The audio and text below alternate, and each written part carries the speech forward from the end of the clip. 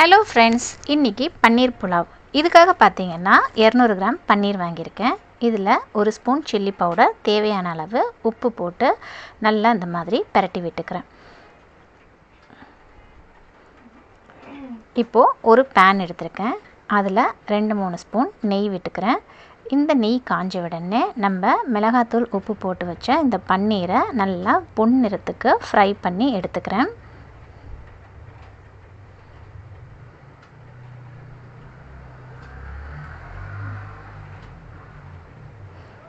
இப்போது நெக்ஸ்ட்டு பார்த்திங்கன்னா ஒரு 6-7 முந்திரி, இதையும் அதே நெய்யில் நல்லா வறுத்து எடுத்துக்கிறேன். குக்கரில் மறுபடியும் 2 ஸ்பூன் நெய் ஆட் பண்ணிக்கிறேன். இப்போது தாளிக்கிறதுக்காக 2-3 பட்டை, 2 பிரிஞ்சி இலை, 2-3 லவங்கம், 3 ஏலக்காய், 1 நட்சத்திரம், 1 ஸ்பூன் மிளகு, 1 ஸ்பூன் சீரகம், இதெல்லாம் போட்டு நல்லா தாளிச்சிக்கிறேன்.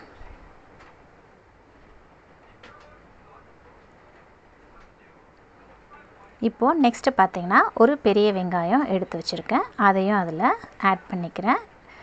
கூடவே 2 பச்சை மிளகாய், இதையும் சேர்த்து நல்லா வதக்கி விட்டுக்கிறேன். வெங்காயம் நல்லா கண்ணாடி பதத்துக்கு வதங்கணும். வெங்காயம் வதங்கும் போதே கொஞ்சோண்டு பீன்ஸ், கொஞ்சோண்டு கேரட், கொஞ்சோண்டு பச்சை பட்டாணி, இதெல்லாம் சேர்த்து நல்லா வதக்கி விட்டுக்கிறேன்.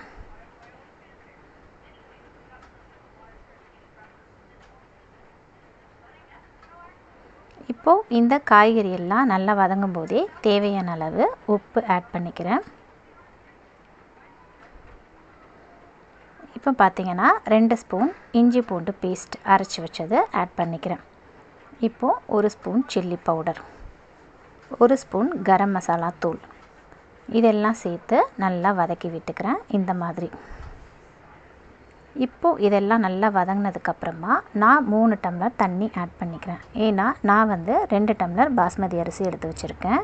அதனால் 3 டம்ளர் தண்ணி சேர்த்துக்கிறேன். இப்போது இந்த தண்ணி கொதித்து வரும்போது ஏற்கனவே ஊற வச்ச அரிசியை அதில் சேர்த்துக்கிறேன். இப்போது இந்த சாதம், காய்கறி இதெல்லாம் வேக வைக்கிறதுக்காக குக்கரில் லிட்டு போட்டு 2 விசில் வச்சு எடுத்துக்கிறேன். 2 விசில் வந்ததுக்கப்புறமா சாதம் நல்லா வெந்துடுச்சு, காய்கறி எல்லாம் நல்லா வெந்துடுச்சு. ஃபைனலாக என்ன பண்ணுறேன்னா, ஏற்கனவே நெய்யில் வறுத்து வச்சுருக்க பன்னீரையும் முந்திரியையும் அதில் ஆட் பண்ண போகிறேன்.